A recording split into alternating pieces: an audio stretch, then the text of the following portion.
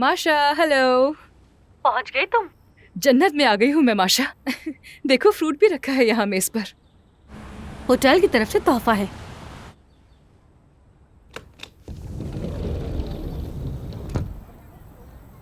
देखो तो ये व्यू। वाह क्या बात है।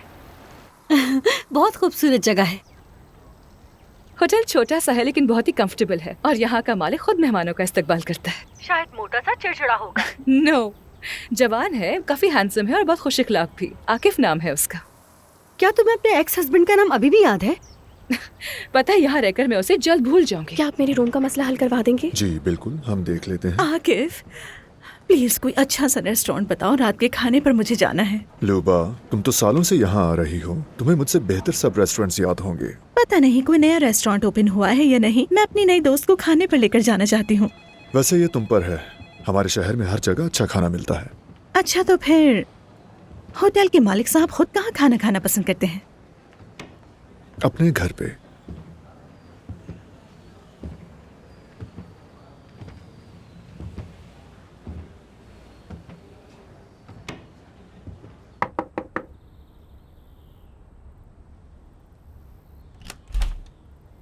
तानिया, आराम कर लिया ना? अब चलो तैयार हो जाओ, पहले कुछ खाते हैं, फिर मैं तुम्हें होटल दिखाती हूँ। लेकिन सामान अनपैक नहीं किया है मैंने। कोई बात नहीं बेटा, मेरे साथ चलो, मैं तुम्हें बच्चों का सबसे अच्छा कमरा दिखाती हूँ। मैं बच्चा नहीं हूँ। अच्छा कोई बात नहीं, तुम्हें बहुत पसंद आएगा। इतना अच्छा है कि तुम जैसे बड़े मर्द को भी मजा आएगा, वादा करती हूँ। चलो ना, देर किस बात की है? चलो।